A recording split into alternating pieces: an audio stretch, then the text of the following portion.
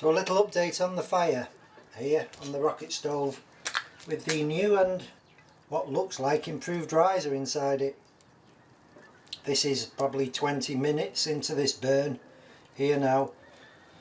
Again, like the last time, just 2 logs in this, and it's not even had a bucket full of wood, this stove, since I lit it, and it's at 400 degrees. And it really does burn super clean.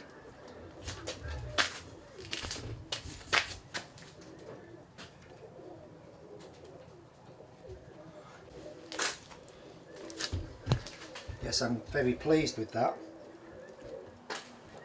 I'll take you out and show you the cowl. So I've repaired the cowl and given him a name, as you can see. Thought it was quite apt. And I've put that stick on because he's spinning around. And that's the stove as it is burning currently. It's just producing nothing whatsoever really, apart from the slight heat haze. I'll get you in on it. I don't know if you can see it on this camera. I can just see a tiny little hint of heat shimmer on that. Nothing other than that, and it did burn clean from the get-go, this stove, as soon as I lit it. So it's a massive success, this riser tube so far. Now we're back in the room. But yes, it is a tremendous success, the riser tube, as I just said. So far, I think this is either the 3rd or 4th burn in this now. I've not been here much, but I lit it today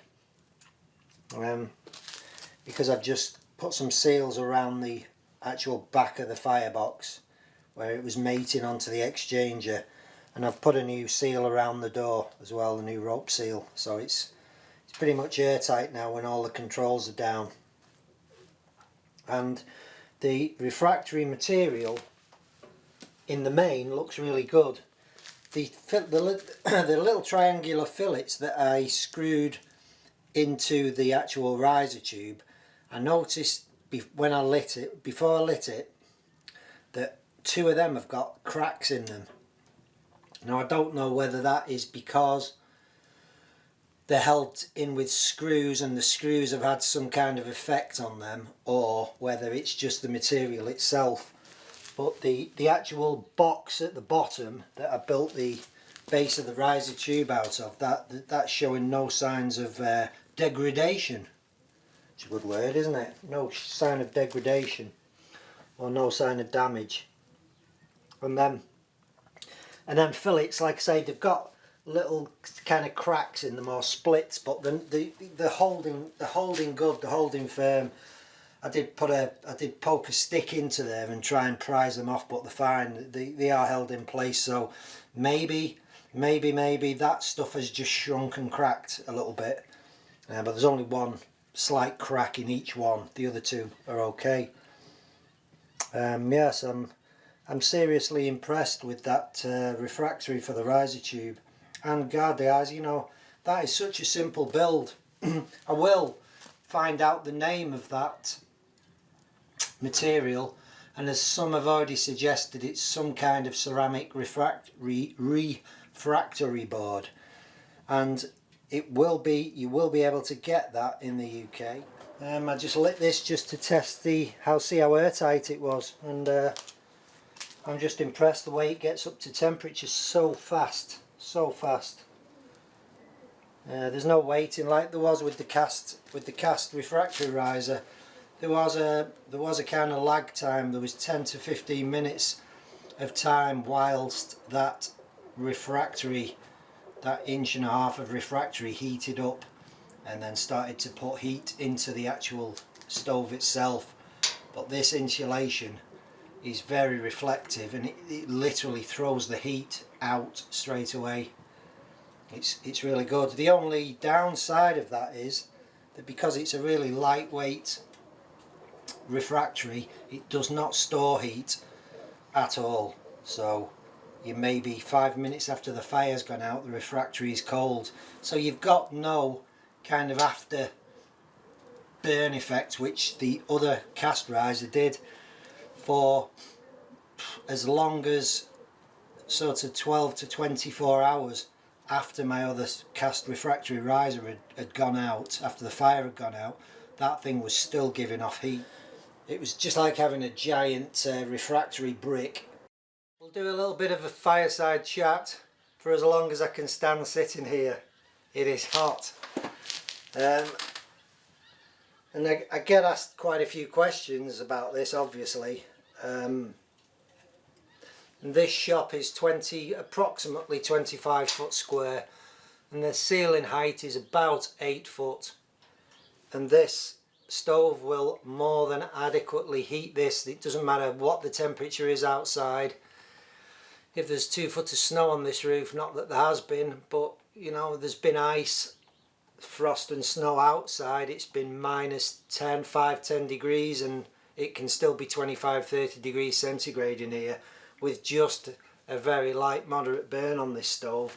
So what's doing the work on this really is that huge exchanger, and that's why I made it so big, because that exchanger just strips heat, so much heat out of this firebox. The panels are 20 inches maybe, so if you put them end to end, you've got about an 80-inch panel, which is probably 3 foot high, giving off 300 degrees centigrade. So imagine that in terms of a radiator. A radiator can only put out heat to the point of boiling water, which is what, 100 degrees or something, but this is putting out 3 times the heat that a domestic radiator can put out, and that's why it is so incredibly hot. And the fuel usage is so some people just can't believe how little fuel this actually uses and the heat it creates off that fuel. They really are well worth building. And I get sent a lot of pictures of people who've built similar things. A guy in Tasmania, I'm sorry I've forgotten your name, he sent me a few pictures the other night, and he's built one very, very similar to this. He's used a lot of his own ideas, and he said he'd just adapted some of them and put it back together again, and his firebox, if you imagine, is tipped over and the door is on the front, just like a conventional stove, and it really is a great looking stove. And he's got it out in what looks like quite a remote stone building, and he said it's too hot. So, you know, but the great thing about these is you only need to have them as hot as the amount of fuel you're putting into them. So you don't need to be filling the box full of wood and absolutely screaming the thing. And which is why I built this so big, so that I can put less fuel in, or I can fill that box up and really choke it down, still letting it burn clean, but getting a longer burn and less heat from the same amount of fuel. So the shop's not racing hot, you know, and I'm not stripping off down to my t-shirt when there's ice outside, because literally that is the case when this is burning flat out. But you know, even burning flat out, we're not talking about a massive fuel consumption here. I get asked a lot about heating water on this. And heating water, simple ideas are usually the best, and heating water on this could be something as simple as a tank just placed on top of there. That's ridiculously hot. Yeah, just a simple tank placed on top of there, and you're putting 400 degrees into that water all the time that the stove's lit. So I can imagine it would boil pretty quickly. So if you get yourself a big storage tank to store that energy and to store that heat, that will probably give off heat for hours. I don't know what the payback is from burning this for maybe 4 hours. I don't know what the payback in heat from the water would be, but I would think it'd be quite substantial. I don't really do BTUs and calculations like that. I'm more what I see and what I can feel. But if you wanted to build this and just have it burning slow all day, you can do it with an exchanger sort of half that size. If you want something bigger to heat a bigger shop or a building, if you increase the height of this by about 12 inches or even 18 inches, so take it up to there, you can bring that firebox up at least another 6-7 inches, which will mean you can get lengths of fuel in like that then.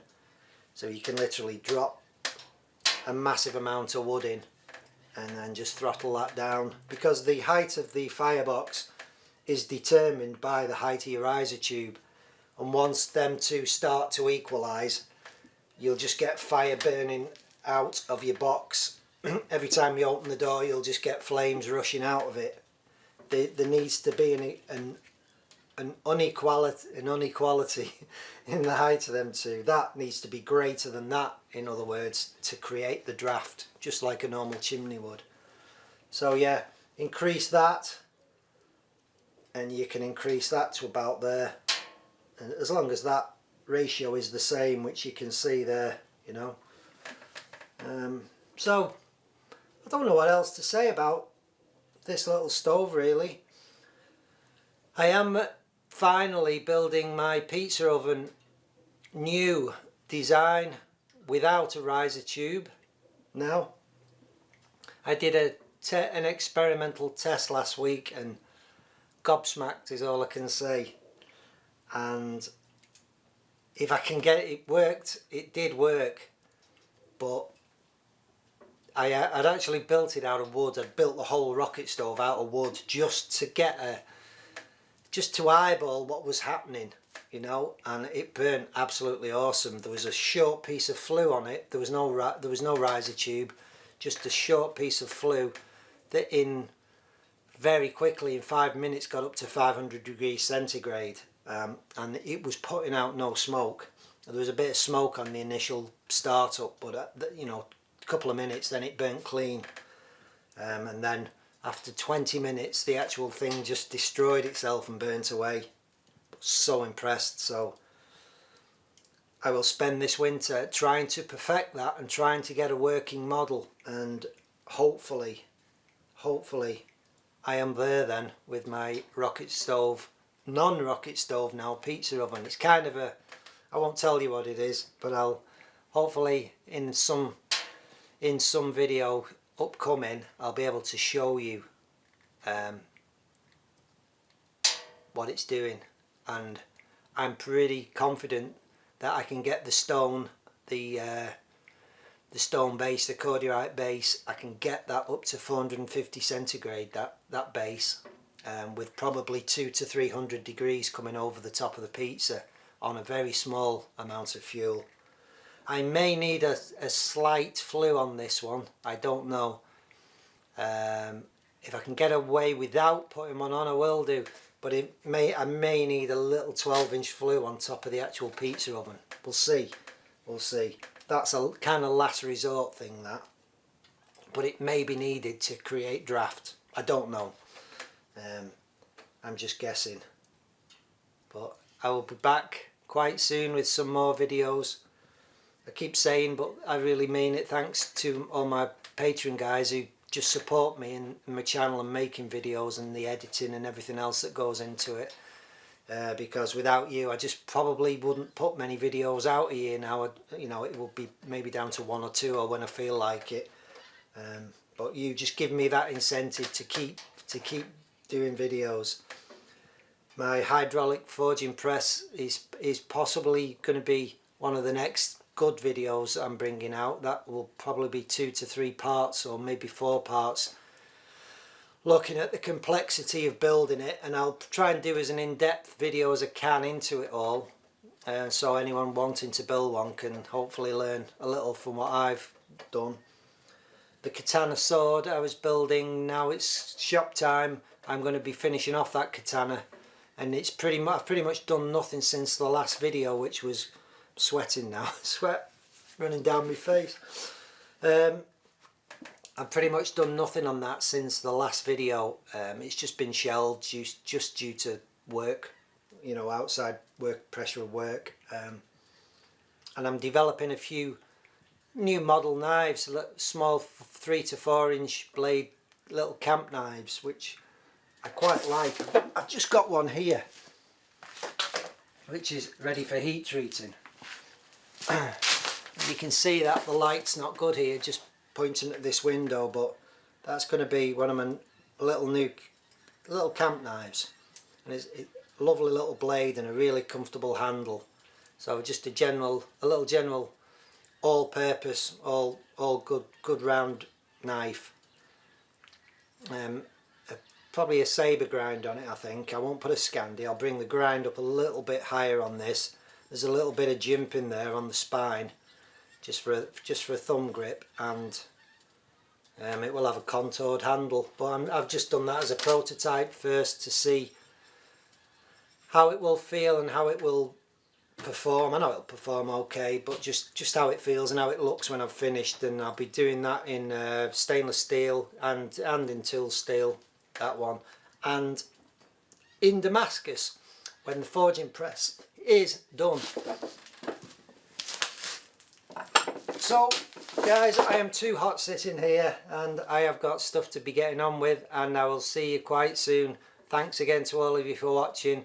If you like the video, if you got some benefit from it, please just subscribe, even if you never watch another video, or just hit the like button if you would, and it just helps me out with my videos, and it just keeps me current in YouTube, because it's so easy in YouTube now to just get pushed down the ratings and your videos aren't visible, and to, you know, for new people to discover. So my subscribers and supporters are really important to me, to help other people find my content and hopefully help them out as well, help new people out with building things like this and all the other stuff I do. Okay guys, I'll see you soon. Please say that was on record. Yeah.